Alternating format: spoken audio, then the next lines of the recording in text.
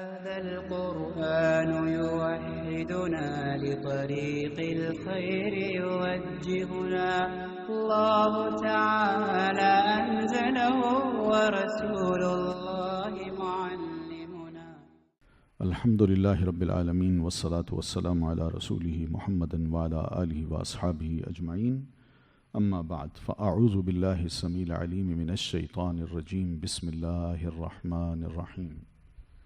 يا أيها الذين آمنوا إذا نكحتم المؤمنات ثم طلقتموهن من قبل أن تمسوهن فما لكم عليهن من عدة تعتدونها فمتعوهن وسرحوهن سراحا جمیلا.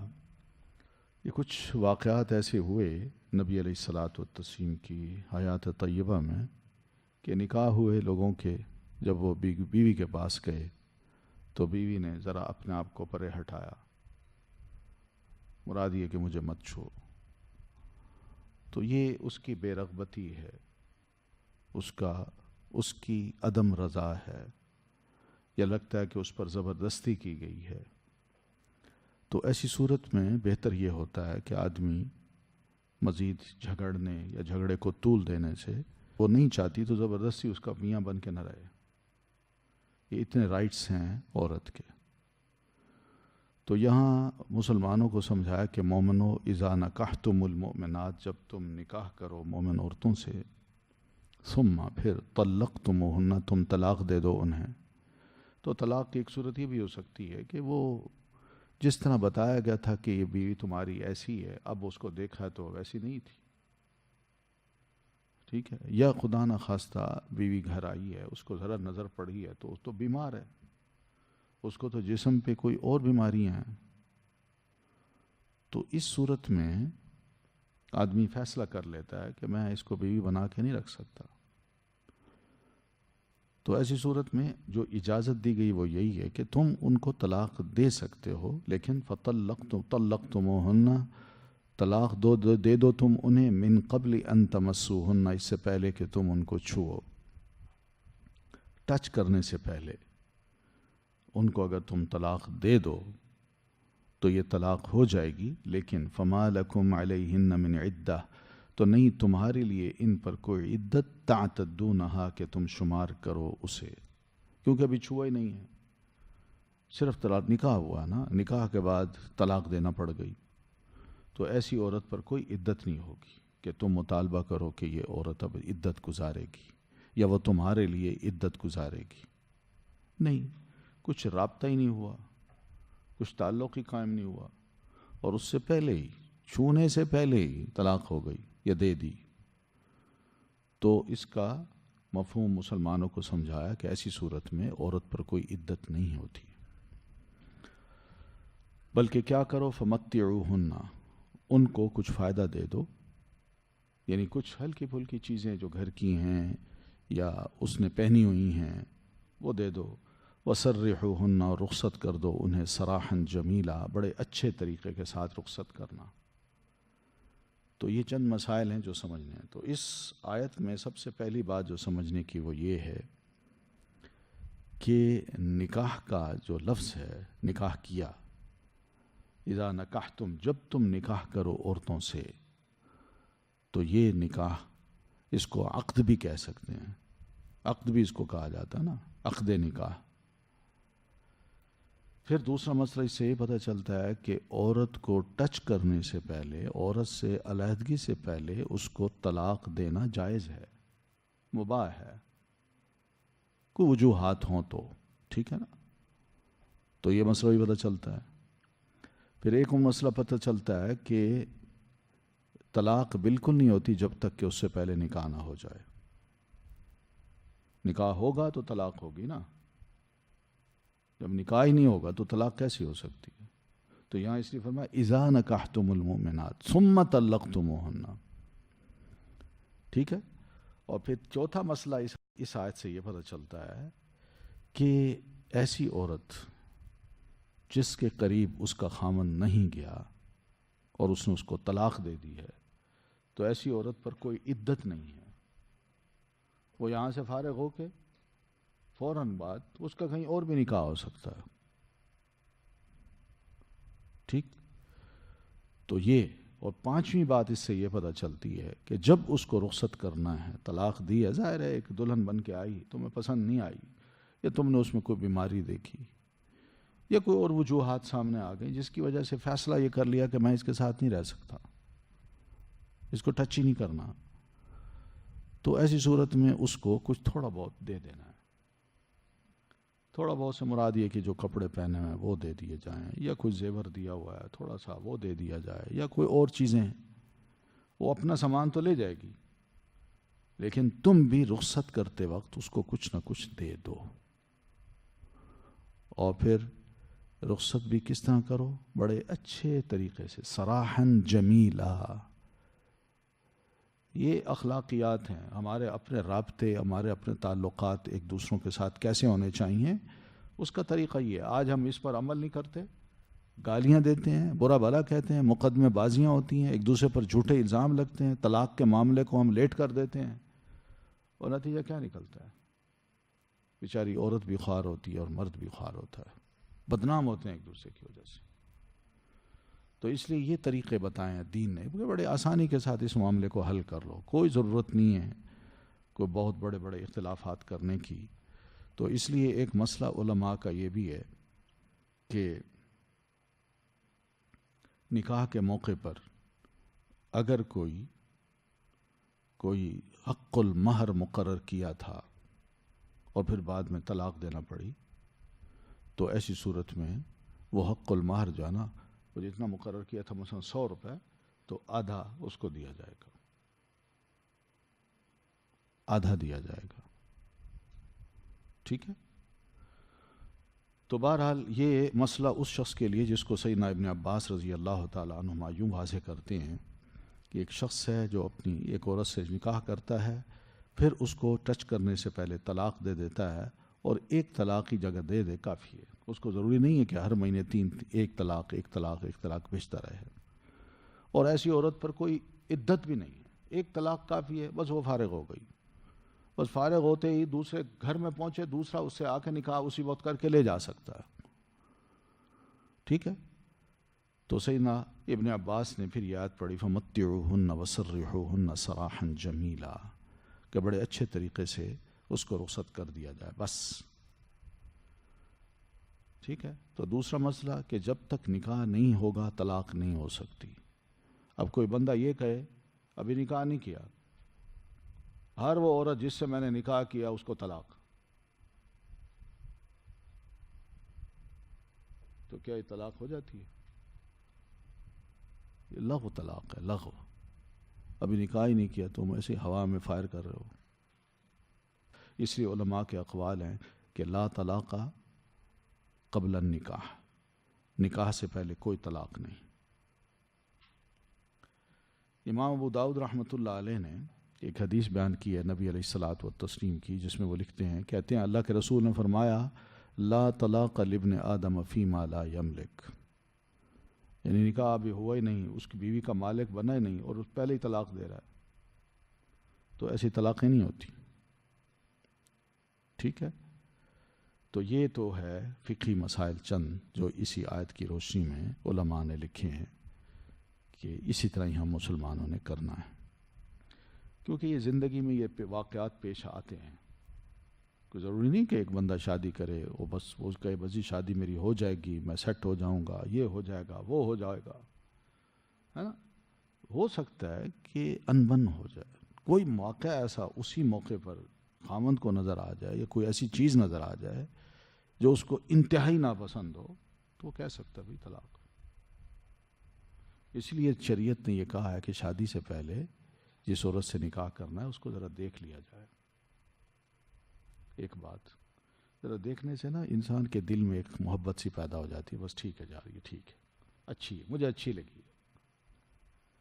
ایک تو یہ ضرور شریعت نے کہا ہے کہ ایسے کر لے. اور دوسرا یہ کہ جب نکاح کرے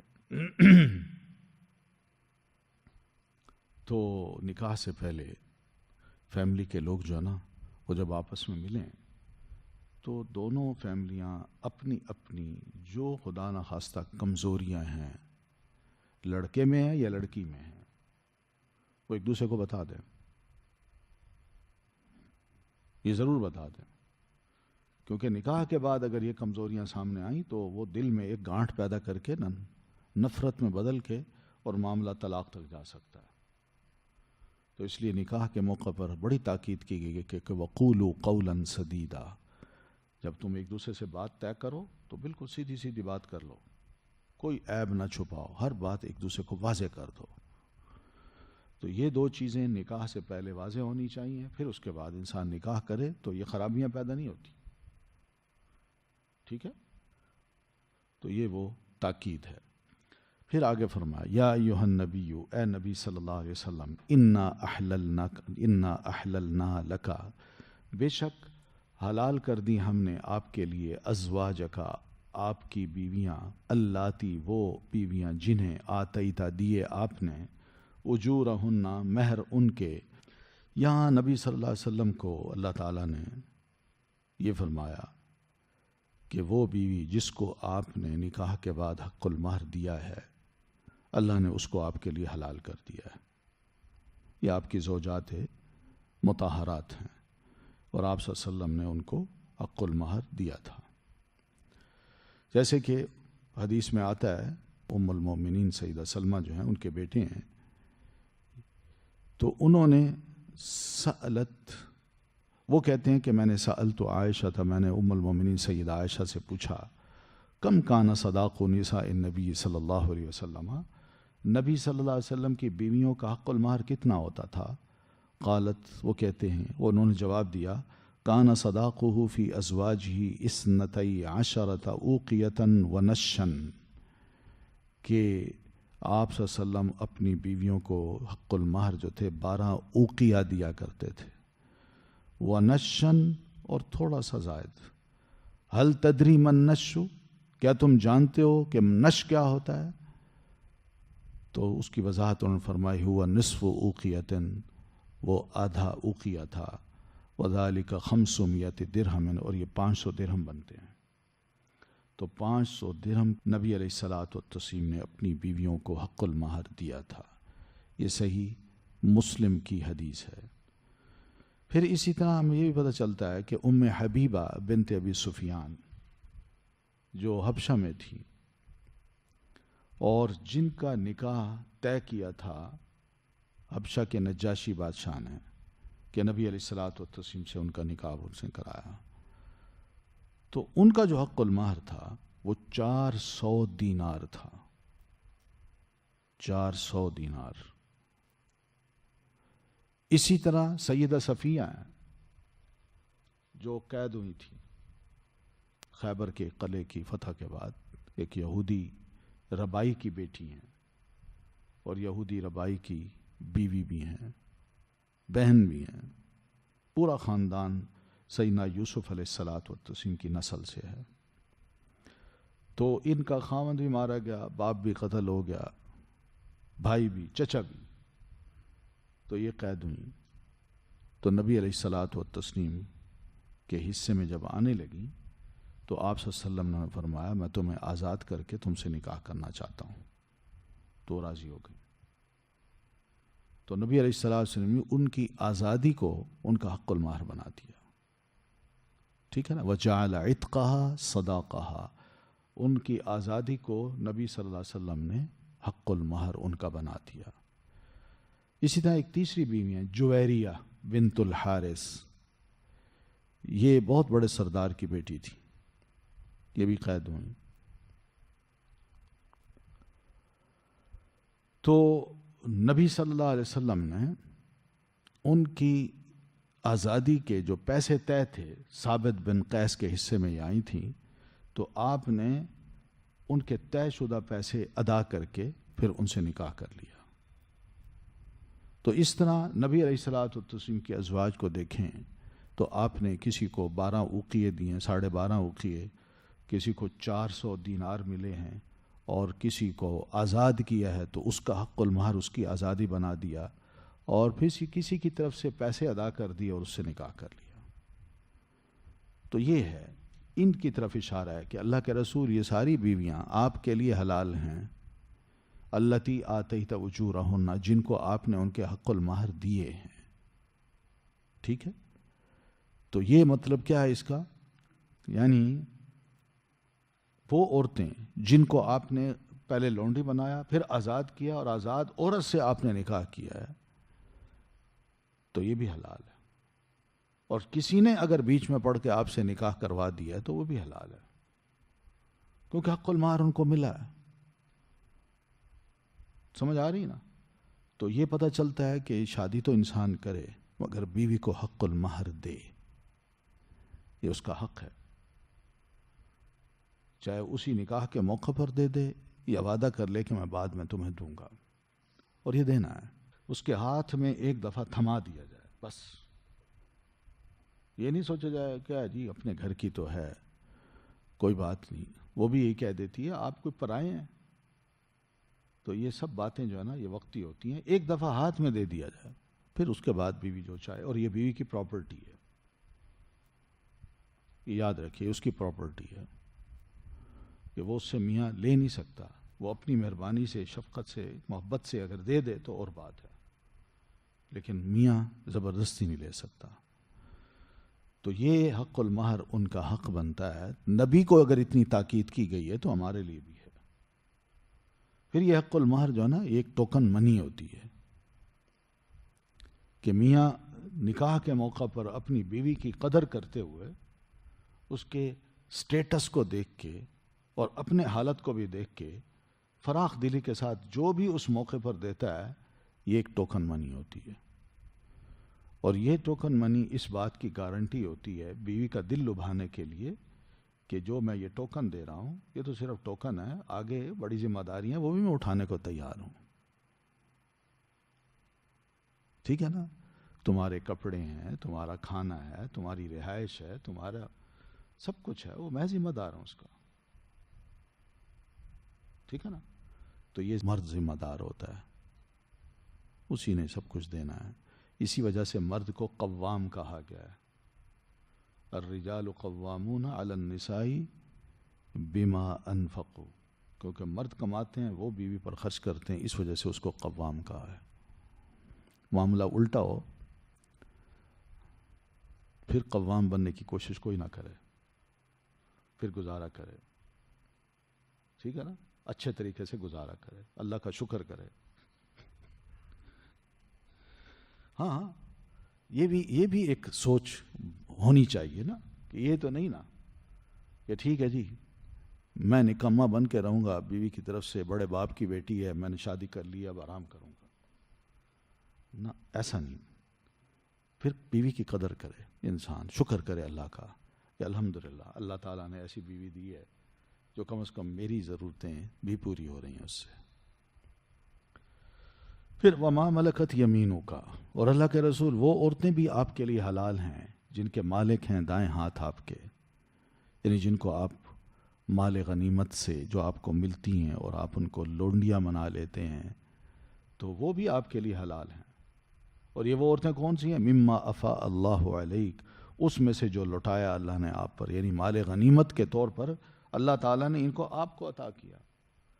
اور یہ عورتیں ابھی ہم نے پڑھا ہے کہ مثال کے طور پر صفیہ تھیں، صفیہ بنت حیی، ایک یہودی عالم کی بیٹی ہیں، وہ قیدی ہوئی ہیں تو لونڈی تھیں، مگر نبی علیہ الصلوۃ والتسلیم ان کو لونڈی بنا کے رکھنا مناسب نہیں سمجھا. ان کو سٹیٹس وہی دینا چاہا جو ایک دوسری بیویوں کا تھا. تو آپ صلی اللہ علیہ وسلم نے انہیں فرمایا میں تمہیں آزاد کرتا ہوں اور پھر تم سے نکاح کر لیتا ہوں. وہ اس بات سے بڑی خوش ہوئی. وجہ کیا تھی؟ خاندان اچھا تھا، یوسف علیہ السلام کا خاندان تھا، اور نبی کی وہ بیوی بن رہی تھی، خاندان نبوت سے تھیں اور نبی علیہ السلام کے خاندان میں آ رہی تھی. کتنا اللہ تعالیٰ ملاتا ہے، کوئی سوچ ہی سکتا ہے؟ سوچ سکتا ہے؟ اس لیے صفیہ جو تھی وہ دوسری خواتین کو کہا کرتی تھیں جو آپ کی سوکھنے تھی نا، ان کو کہا کرتی تھی کہ میں نبی کی پوتی ہوں، نبی کی بیوی ہوں، نبی کی بہن ہوں. یہ تین سٹیٹس تو میرے پاس ہے نا، اور دوسری کسی خاتون کے پاس یہ سٹیٹس نہیں تھا. تو اس وجہ سے نبی علیہ الصلوۃ والتسلیم کو یہ مقام دیا، لونڈی بنا کے رکھنا مناسب نہیں سمجھا. تو یہ اسلام میں لونڈیوں کی جو بات ہے نا، لوگ تو بڑی باتیں کرتے ہیں لیکن کوئی کرتا ہے ایسے؟ حقیقت ہے، پوری تاریخ انسانوں کی پڑھ لیں، کہیں ایسا سلوک نہیں ملتا کہ ایک اچھے خاندان کی مخالفوں کی لڑکی ہو، عورت ہو، اور اس کے ساتھ اس کو یہ عزت دی جائے کہ اس کا جو مخالفوں کا جو سب سے بڑا انسان ہے اور وہ اللہ کا نبی ہے، وہ اس کو اتنی عزت دیتا ہے کہ اس کو لونڈی بنا کے نہیں رکھتا بلکہ اس کی عزت کرتا ہے، اس کو گھر میں لاتا ہے، عزت دیتا ہے اس کو، اور وہ بھی اس سلوک کو دیکھتی ہیں نا تو وہ بھی چینج ہو جاتی ہیں۔ ورنہ ایک عورت ہو جس کا خاوند مارا گیا ہو لڑائی میں، جس کا باپ مارا گیا ہو، جس کا چچا مارا گیا ہو، ہیں، وہ اپنے دل میں نفرت رکھے گی یا محبت کرے گی؟ اور وہ بھی اس مخالف کے گھر میں جو مخالفین کا لیڈر ہے، اللہ کے رسول۔ تو جس طرح دو گے ویسے ہی حاصل کرو گے۔ آپ نے محبت دی، عزت دی، تو انہوں نے دل سے ہی آپ کی قدر کی۔ تو یہ بھی عورتیں آپ کے لیے حلال ہیں۔ تو صفیہ کو بھی آپ نے آزاد کیا، جویریہ کو بھی آزاد کیا، ان سے آپ نے پھر شادی کر لی۔ ماریہ قبطیہ تھیں، ان کو آپ صلی اللہ علیہ وسلم نے لونڈی بنا کے رکھا، اور یہ جو تھیں ان سے ایک بیٹا ہوا تھا ابراہیم، جو بعد میں آپ کی اپنے ہاتھ پہ ہی اس نے جان دی، اور نبی علیہ الصلوۃ والسلام رو رہے تھے، یا ابراہیم انا بفراقک لمحزونون، ابراہیم دل غمگین ہے، آنکھیں آنسو بہاتی ہیں، تم جا رہے ہو ہمیں چھوڑ کے، بس اسی وجہ سے ہمیں غم ہے اور آنکھیں بہہ رہی ہیں۔ تو یہ سب نبی علیہ الصلوۃ والتسلیم کو کہا گیا کہ اللہ کے رسول، دنیا کچھ کہے، ہم آپ کو بتا رہے ہیں کہ آپ کے لیے سب بیویاں آپ کے لیے حلال ہیں، ٹھیک ہے؟ تو اس سے علماء نے ایک مسئلہ یہ بھی نکالا ہے کہ انسان جب شادی کرتا ہے اور نیت اس کی نکاح کے موقع پر یہ جھوٹ بولنے کی ہوتی ہے، دھوکہ دینے کی ہوتی ہے کہ میں نکاح پہ نا حق المہر تو لکھوا دوں گا لیکن دوں گا نہیں، تو ایسی صورت میں وہ اس آیت کی مخالفت کر رہا ہے۔ حق المہر دینا ہے، نیت صحیح کر لے، پھر نکاح بھی صحیح ہے۔ پھر وہ بناتی عمی کا، اور آپ کے چچا کی بیٹیاں، وہ بھی آپ کے لیے حلال ہیں، ہے نا؟ کس کو کہتے ہیں؟ کزنز، یہ لفظ ہمارے ہاں عام ہے، کزنز، چچا کی بیٹیاں، پھپھی کی بیٹیاں، خالہ کی بیٹیاں اور خالاؤں کی بیٹیاں، ماموں کی بیٹیاں اور خالاؤں کی بیٹیاں، یہ سب کیا ہیں؟ کزن ہی کہلاتی ہیں، فرسٹ کزن، سیکنڈ کزن۔ تو یہ بھی، ان سے بھی نکاح ہو سکتا ہے، یہ مطلب ہے۔ اور یہ وہ ہوں اللتی ہاجرن معک، جنہوں نے آپ کے ساتھ ہجرت کی ہو، مکہ میں نہ بیٹھی رہی ہوں کہ آپ نے اتنی تکلیفیں اٹھائیں، وہ مسلمان ہو کے وہیں بیٹھی رہیں کہ ہم تو نہیں جاتی نہ، پھر ایسی چچا کی بیٹی یا پھپھی یا خالہ ماموں کی بیٹی سے شادی نہیں کرنی آپ نے، کیونکہ ان کے ایمان کی دلیل جو ہے نا وہ چاہیے، اور وہ یہی تھی کہ اس راہ میں وہ بھی ہجرت کریں، چھوڑیں کفر کے علاقے کو اور چلیں نبی علیہ الصلوۃ والتسلیم کے ساتھ اس علاقے میں جہاں آپ جا کے آباد ہوں گے، اور جس کو مدینہ کہا جاتا ہے۔ یہ بات اس لیے بھی کہی ہے، ان عورتوں کو نامینیٹ اس لیے بھی کیا ہے کیونکہ نصرانیوں کے ہاں آپس میں کزنز میں شادیاں نہیں ہوتی۔ ہاں وہ کہتے ہیں کہ اگر یہ کزن ایسی ہو جو اوپر میرے ساتھ دادے جاتے ہیں اور اس کے بھی ساتھ دادے جاتے ہیں، وہاں جا کے ملتے ہوں تو پھر ہم شادی کر سکتے ہیں، ورنہ نہیں کر سکتے، ٹھیک ہے؟ اور یہودی جو ہے وہ کیا کرتے ہیں، وہ اپنے بھائی کی بیٹی سے بھی شادی کر لیتے ہیں، یعنی بھتیجی سے، اور بہن کی بیٹی سے بھی شادی کر لیتے ہیں۔ تو شریعت جو ہماری آئی ہے، اس شریعت نے ہمیں جو تعلقات ہمارے ایک دوسرے سے قائم ہونے ہیں، انہوں نے نصارہ کی جو افراط ہے، افراط اور تفریط جس کو کہتے ہیں، نصارہ کی انتہا ہے، وہ کیا ہے؟ 7 پشتوں تک جو میرے دادا ہیں ان کی جو اولاد ہے، تمہاری اس طرف سے بھی اور اس طرف سے بھی، اس طرف سے اگر میں ہوں 7 پشتوں کے بعد، تو میری جو کزن ہے وہ اگر 7 پشتوں کے بعد میری کزن بنتی ہے تو میں اس سے شادی کر سکتا ہوں، ورنہ نہیں کر سکتا۔ یہ افراط ہے۔ اور تفریط یہ ہے جو یہودیوں نے اختیار کی کہ انہوں نے اپنی بھتیجی اور اپنی بھانجی سے بھی شادی شروع کر دی، اور اسلام جو ہے نا وہ ایسا کیس لے کے آیا ہے اس معاملے میں کہ نکاح کس کس سے ہو سکتا ہے. چچا کی بیٹی اچھا لگتا ہے, وہ اتنی کلوز نہیں ہے بہن کی طرح یا بھانجی کی طرح یا بھتیجی کی طرح. چچا کی بیٹی, خالو کی, ماموں کی بیٹی, پھپھی کی بیٹی, خالہ کی بیٹی, ان سے ہو سکتا ہے نکاح. بڑا اتنے قریبی رشتے نہیں ہیں یہ, ذرا ہیں مگر دور کے ہیں, جس میں ایک تھوڑا سا فاصلہ بھی ہوتا ہے, حیا بھی ہوتا ہے, اور انسان سوچتا بھی ہے کہ یہ چچا کی بیٹی ہے, پھپھی کی بیٹی ہے, خالہ کی ہے, تو انسان ذرا تھوڑا سا ریسپیکٹ وے میں فاصلہ بھی رکھتا ہے, تو ان سے نکاح ہو سکتا ہے. مگر بھانجی بہن ہے جو گھر میں پلی بڑی ہے, اس کی شادی ہوئی, اب اس کا بچہ ہوا, تو میں اس سے نعوذ باللہ, اور بھائی وہ بھی بہنوں کی طرح ہے, بچی ہے اپنی بیٹیوں کی طرح ہے, اور اس طرح بھائی کی بیٹی وہ بھی اپنی بیٹی ہے. تو یہودی نے اس کو جائز قرار دے دیا اور عیسائیوں نے وہاں پہنچ گئے, یعنی گویا کہ آپس میں رشتے ہوں ہی نہ, ساتھ پشتوں کو کون جانتا ہے. تو دین نے آ کے اس کو کلیئر کیا ہے کہ وہ بناتی عمک, آپ کے چچا کی بیٹیاں, آپ کی پھپھی کی بیٹیاں, آپ کے ماموں کی بیٹیاں اور آپ کی خالاؤں کی بیٹیاں, یہ بھی آپ کے لیے حلال ہیں اگر آپ ان کے ساتھ نکاح کرنا چاہیں. لیکن شرط یہ کہ یہ وہ ہوں اللتی ہاجرن معک, جنہوں نے آپ کے ساتھ دوسرے مسلمانوں کی طرح ہجرت کی ہو اور مکہ چھوڑ کے مدینہ آ گئی ہوں, اور وہاں بیٹھی ہیں تو نکاح نہیں ہوگا. وامرأۃ مؤمنۃ, اور اگر ایک مومن عورت, ان وہبت, اگر وہ ہبہ کر دے نفسہا, اپنے نفس کو, للنبی, نبی صلی اللہ علیہ وسلم کے لیے, ان اراد النبی, اگر ارادہ کریں نبی صلی اللہ علیہ وسلم, ان یستنکحہا, کہ وہ اس سے نکاح کریں. ہاں وہ عورت بھی مومن آپ کے لیے حلال ہے جو خود آتی ہے اور کہتی ہے اللہ کے رسول میں نے اپنے آپ کو دیا.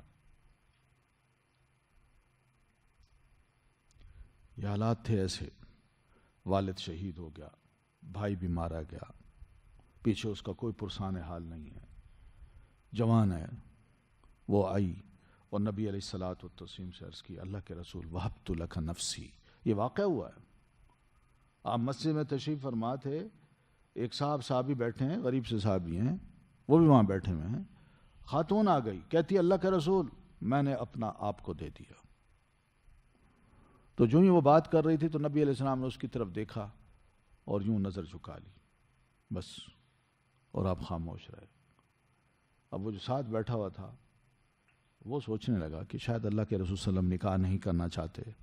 وہ کہنے لگا کہ اللہ کے رسول اگر آپ نکاح نہیں کرنا چاہتے تو اس سے میرا نکاح کر دیجیے.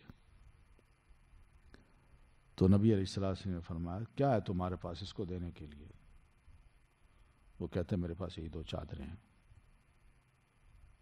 اور فرمایا اس سے تو گزارا نہیں ہوگا, کیونکہ ایک آدھی چادر اگر تم پہن لو آدھی وہ پہن لے تب بھی ٹھیک نہیں ہے, کیونکہ آدھا تم پہن کے نماز نہیں پڑھ سکتے, یا پھر یہ ہے کہ گرمی سردی کیسے دور کرو گے, اور آدھا وہ پہنا ہے اور اس کا آدھا وجود ننگا ہو تو وہ بھی ٹھیک نہیں ہے. تو آپ نے فرمایا جاؤ اپنے گھر سے کچھ شے لے آؤ. تو وہ گیا, کہتے گھر میں, تو واپس آیا تک کچھ بھی نہیں ہے. تو آپ نے فرمایا کچھ نہیں ہے؟ کہتے ہاں.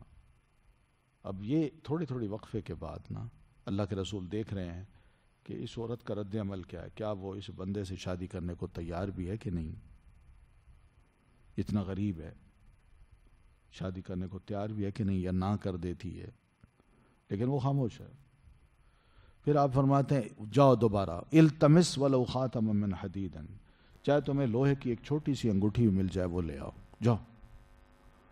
تو وہ گئے تو کہتے ہیں کچھ بھی نہیں, وہ بھی نہیں ملی گھر. تو اب پھر آپ خاموش ہیں اور وہ عورت بھی خاموش ہے. تو آپ نے فرمایا اچھا یہ بتاؤ کوئی قرآن مجید کی آیتیں تمہیں یاد ہیں, صورتیں یاد ہیں؟ کہنے لگا جی اللہ کے رسول یہ صورتیں یاد ہیں. تو آپ نے فرمایا اچھا ٹھیک ہے جاؤ, زوجناکہا بما معک من القرآن, تمہارے پاس جو قرآن ہے تمہارے پاس, اس کے بدلے میں ہم نے تمہارا نکاح اس سے کر دیا, جاؤ. یعنی تم قرآن مجید کی یہ تعلیم اس کو دے دینا, صورتیں یاد کرا دینا, یہ حق المہر ہے، لے جاؤ اس کو. تو آپ نے نکاح کرا دیا. لیکن یہ چیز نبی علیہ الصلوۃ والتسلیم کے لیے جائز ہے. اگر کوئی مسلمان عورت اپنی عفت بچانے کے لیے آتی ہے، ڈائریکٹ آپ سے کہتی ہے کہ اللہ کا رسول میں نے اپنا آپ کو دیا، تو رسول اللہ صلی اللہ علیہ وسلم اس طرح لیں گے نہیں. ہاں اگر اللہ کے رسول اس سے نکاح کرنا چاہیں تو نکاح کر سکتے ہیں، اس کی اجازت ہے. ٹھیک ہے نا. اور اس میں اللہ کے رسول کو کہا گیا خالصۃ لک من دون المؤمنین، یہ صرف اور صرف اجازت آپ کے لیے، کسی اور کے لیے نہیں ہے. بات سمجھ رہے ہیں نا. ایسے راہ چلتے ہوئے ٹاکرا ہو جاتا ہے، گفتگو شروع ہو جاتی ہے، یا میسیجنگ شروع ہو جاتی ہے، باتیں شروع ہو جاتی ہیں. میں تم سے شادی کرنا چاہتا ہوں، کرو گی؟ اس طرح کی باتیں زبان ہی لے لی، اور پھر اس کے بعد نہ ماں باپ کو بتایا نہ کچھ، اور غلط حرکتیں کر دی. یہ باتیں نہیں ہیں، یہ ہمیں اجازت نہیں ہے اس کی. بچی کے ماں باپ ہیں، ہر بہن کے بھائی بھی ہوتے ہیں. کوئی یہ پسند نہیں کرتا کہ ہماری بیٹی یا ہماری بہن کے ساتھ کوئی اس طرح خود طے کر لے اور شادی کر لے. ٹھیک ہے. تو یہ اجازت صرف نبی علیہ الصلوۃ والتسلیم کو دی گئی تھی. اس لیے کوئی عورت کسی مرد کے پاس آ کے یہ نہیں کہتی تھی کہ میں اپنا آپ کو دیتی ہوں. کسی صحابیہ سے یہ بات پتہ نہیں چلتی. جو بات ہوئی ہے وہ رشتے کے ذریعے ہوئی ہے، رابطے کے ذریعے ہوئی ہے. لیکن یہ اجازت صرف آپ کے لیے تھی. اور پھر دوسری اجازت یہ بھی ہے خالصۃ لک من دون المؤمنین، کہ آپ کی اتنی بیویاں ہیں، اس کے باوجود بھی اگر آپ مزید نکاح کرنا چاہیں تو یہ آپ کے لیے اجازت ہے، مسلمانوں کے لیے نہیں ہے. کتنی اجازت ہے ہمارے لیے؟ یہاں یہ لفظ تو اچھی طرح یاد ہے، 4. تو 4 کے بعد 5ویں نہیں کرنی، اس کی اجازت نہیں ہے. ٹھیک ہے.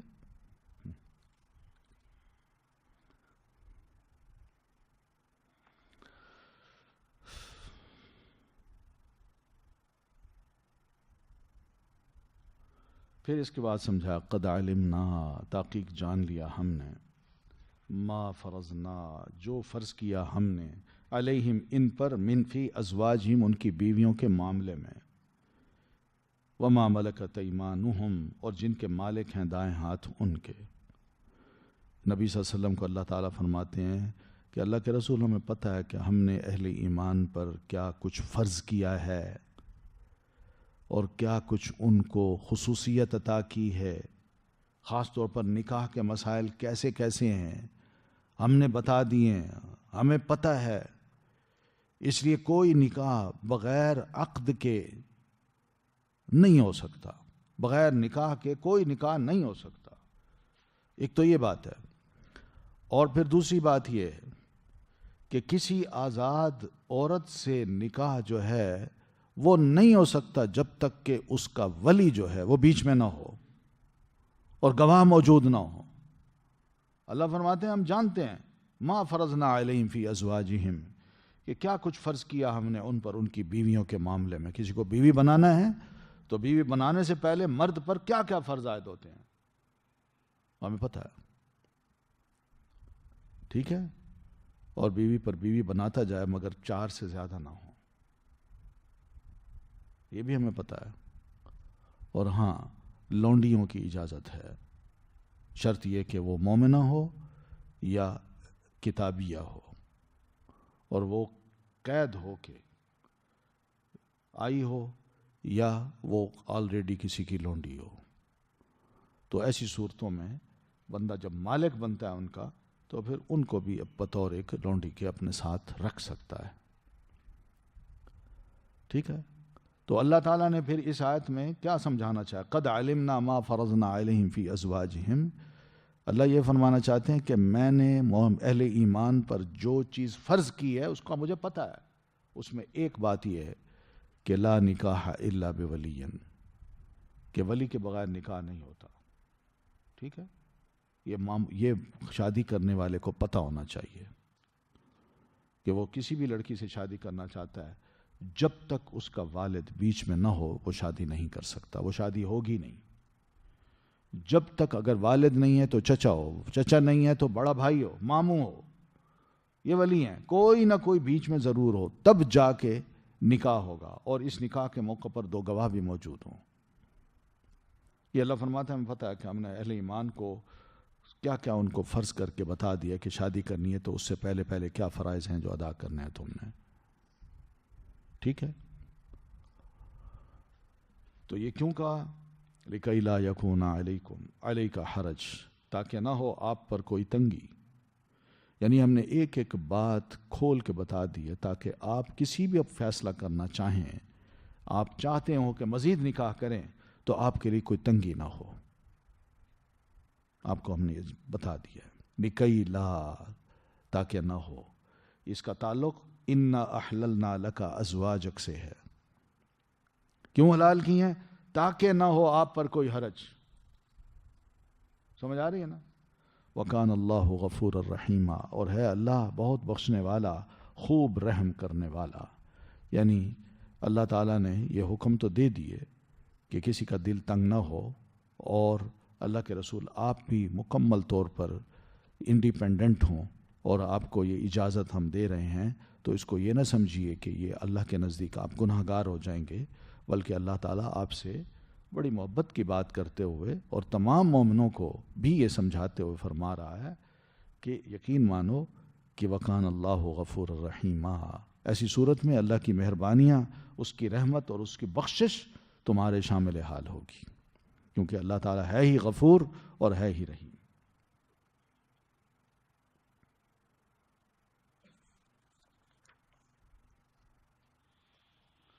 ترجی من تشاء، آپ دور رکھیں من تشاء، جسے آپ چاہیں، منہن، ان بیویوں میں سے، وتؤوی، اور آپ جگہ دیں، الیک، اپنے پاس، من تشاء، جس کو آپ چاہیں، ومن ابتغیت، اور جسے طلب کریں آپ، ممن، ان میں سے جسے، عزلتا، الگ کر دیا ہو آپ نے، فلا جناح، تو نہیں ہے کوئی گناہ، علیک، آپ پر، ذالک، یہ اجازت، یہ مسائل اس لیے ہیں، ادنا، قریب تر ہے، کہ ان تقرّ، کہ ٹھنڈی ہوں، اعینہن، آنکھیں ان کی، ولا یحزن، اور نہ وہ غمگین ہوں، ویرضین، اور وہ راضی ہو جائیں، بما، اس پر جو، آتیتہن، دے آپ انہیں، کلہن، سب کی سب، واللہ یعلم، اور اللہ کو جانتا ہے، ما فی قلوبکم، جو کچھ تمہارے دلوں میں ہے، وکان اللہ، اور ہے اللہ تعالیٰ، علیماً، بہت علم والا، حلیما، خوب حلم والا۔ یہاں بتایا کہ اللہ کے رسول اب یہ بیویاں آپ کے پاس ہیں، جتنی بھی زیادہ ہیں، اب اس میں ہم آپ کو اتنا بھی اختیار دیتے ہیں، آپ جس بیوی کو چاہیں اسے دور رکھیں، اور جس کو چاہیں اپنے پاس بلا لیں، آپ کو یہ ہم اختیار دیتے ہیں، ٹھیک ہے؟ یہ اللہ تعالیٰ نے نبی علیہ الصلاۃ والتسلیم کو اجازت دی تھی، مگر نبی علیہ السلام نے ایسا نہیں کیا، آپ نے اپنی جو تقسیم تھی دنوں کی وہ بالکل برابر برابر کی ہے۔ اللہ تعالیٰ کی طرف سے اجازت ہے، مگر آپ اس کے باوجود بھی سمجھتے ہیں کہ میری منکوحہ ہے، یہ عورت ہے، اس سے نکاح کیا میں نے، تو بہرحال اس کا حق بنتا ہے کہ میں اس کو اس کا حق دوں، تو آپ باری پہ ہی سب کے پاس جاتے تھے، ٹھیک ہے؟ یہ بہت بڑی بات ہے، اللہ کی طرف سے اجازت ہو، اس کے باوجود نبی علیہ الصلاۃ والتسلیم سب کا حق ادا کریں۔ پھر وَمَنِ ابْتَغَیْتَ، اور جسے آپ طلب کریں، ممن عزلتا، ان عورتوں میں سے جسے الگ کر دیا ہو آپ نے، یعنی جس بیوی کو آپ نے پہلے الگ کیا ہوا تھا اس کو آپ بلوا لیں یا اس کے پاس آپ چلے جائیں، تو فلا جناح علیک، تو کوئی گناہ نہیں ہے آپ پر، یعنی یہ بھی حق ہے آپ کا، آپ کو آزادی دی ہے۔ یہ ساری کیوں دے رہے ہیں کہ ذالک ادنا، یہ قریب تر ہے، ان تقر اعینہن، کہ ٹھنڈی ہوں آنکھیں ان کی۔ یہ کم از کم رسول اللہ صلی اللہ علیہ وسلم کی وائف تو ہے نا، امہات المومنین میں تو ہمارا نام لکھا ہوا ہے، اگر رسول اللہ صلی اللہ علیہ وسلم نے ذرا ہمیں علیحدہ کیا ہوا ہے تو کوئی بات نہیں، لیکن ہم آپ کی بیویاں تو ہیں نا، آپ نے طلاق تو نہیں دی ہمیں، کم از کم اس ٹائٹل سے ہی اور نبی علیہ الصلاۃ والتسلیم کے ساتھ کبھی کبھی اپنا وقت گزارنے سے ہی ان کی آنکھیں ٹھنڈی ہو سکتی ہیں، کہ کم از کم ہم امہات المومنین تو ہیں۔ سیدہ سودا جو تھیں یہ ذرا عمر میں بڑی ہوئی تھی، تو نبی علیہ الصلاۃ والتسلیم نے اسی عمر میں، بعض احادیث میں آتا ہے کہ چاہا کہ میں ان کو علیحدہ کر دوں، مراد یہ کہ طلاق دے دوں۔ تو انہوں نے جب محسوس کیا تو انہوں نے کہا بات سنیں، مجھے علیحدہ نہ کریں، میں اپنی باری عائشہ کو دیتی ہوں، لیکن بیوی مجھے رکھیں، کم از کم یہ ٹائٹل مجھ سے چھینے نہ۔ تو بڑی یہ ٹائٹل جو ہے نا، یہ ٹائٹل یہ بڑے اعزاز کی بات ہے۔ اسی کی طرف اللہ اشارہ فرماتے ہیں، ذَلِكَ أَدْنَىٰ أَن تَقَرَّ أَعْيُنُهُنَّ، یہ قریب تر ہے کہ ٹھنڈی ہوں آنکھیں ان کی۔ کم از کم ہم رسول اللہ صلی اللہ علیہ وسلم کی بیویاں تو ہیں نا، بس یہ سمجھایا بیویوں کو بھی کہ تم بھی دھیان کرنا، کہ یہ شکایت نہ کرنا کہ آپ تقسیم صحیح نہیں کرتے، آپ کو اختیار پورا دے دیا، وہ مہینہ نہ آئے، 2 مہینے نہ آئے، 6 مہینے نہ آئے، آپ کو اب کوئی گنجائش نہیں ہے کہ آپ یہ کہیں کہ یہ زیادتی ہے، اللہ نے اجازت دے دی آپ کو۔ اور پھر وَلَا يَحْزَنَّ، اور وہ غمگین نہ ہوں۔ غمگین بھی اس معنی میں کہ دیکھیے نبی صلی اللہ علیہ وسلم کی ہم بیوی ہیں، اور نبی علیہ الصلاۃ والتسلیم ہمیں اپنی بیوی بنا کے پوری طرح نہیں رکھ رہے، تقسیم انصاف والی نہیں کر رہے، تو اللہ تعالیٰ اتنی اجازت دے رہا ہے، شکر کریں کہ اللہ تعالیٰ طلاق کا حکم نہیں دے رہا کہ آپ سب کو فارغ کریں اور 4 کو رکھ لیں، یہ بھی اللہ نے حکم نہیں دیا۔ تو بہرحال اعتراف کریں کہ الحمدللہ اللہ کا بڑا احسان ہے اور اس کا فضل ہے، اس کی رحمت ہے کہ اس نے ایسے قانون بنا کے، مسائل سمجھا کے کم از کم ہمیں نبی علیہ الصلاۃ والتسلیم کے گھر تو رکھ دیا ہے۔ واللہ یعلم ویرضین بما آتیتہن کلہن، اور وہ راضی ہوں اس پر جو دیں آپ انہیں، سب کی سب، جو بھی آپ دیں سب اس پہ راضی ہو جائیں۔ مزید باری کو اگر چینج کر دیں، کسی کے پاس جائیں، کسی کے پاس بالکل نہ جائیں، کسی کو بالکل علیحدہ کر دیں اور پھر بعد میں بلوا لیں، بس اتنا خیال کریں کہ نبی کی بیوی ہونا اور ام المومنین ہونا ایک بہت بڑا ٹائٹل ہے، اسی پہ وہ خوش ہو جائیں۔ واللہ یعلم، اور اللہ جانتا ہے، ما فی قلوبکم، جو کچھ تمہارے دلوں میں ہے، وکان اللہ بما علیما حلیما، اور ہے اللہ بہت علم والا اور خوب حلم والا۔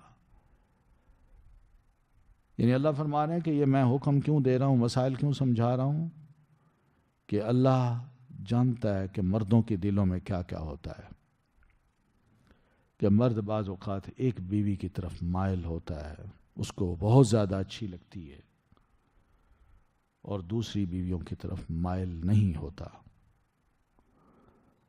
مردوں کو سمجھا دیا ہے اور نبی علیہ الصلاۃ والتسلیم کو پوری آزادی دے دی ہے۔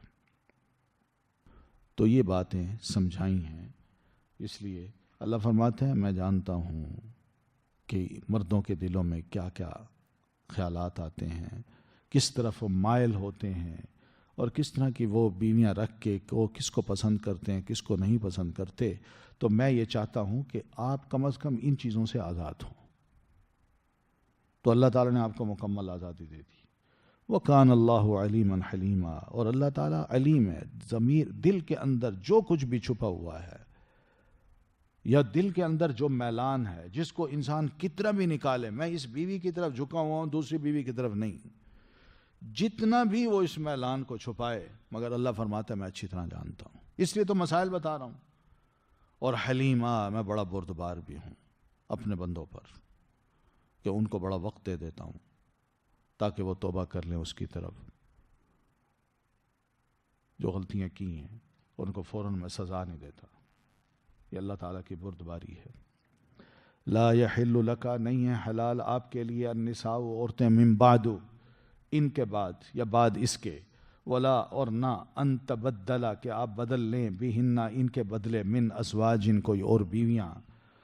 اب عورتوں کو بھی مقام دے دیا کہ جب عورتوں نے آپ کی ازواج مطہرات نے تخییر کی آیت اترنے کے بعد یہ کہا کہ ہم اللہ اور اس کے رسول کو چاہتی ہیں اور کچھ نہیں، آخرت کو چاہتی ہیں اور کچھ نہیں،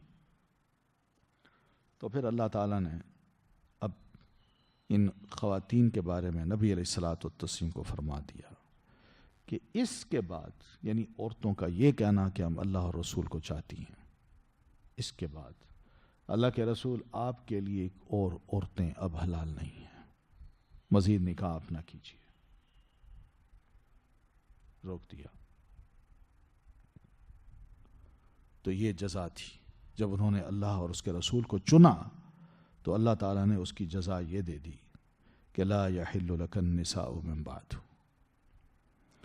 اس واقعے کے بعد اور اس اعتراف کے بعد جو آپ کی ازواج مطہرات نے کیا ہے، اب آپ کے لیے نکاح کرنا عورتوں سے، کوئی اور عورت اب آپ کے لیے حلال نہیں ہے، کافی ہے اتنی،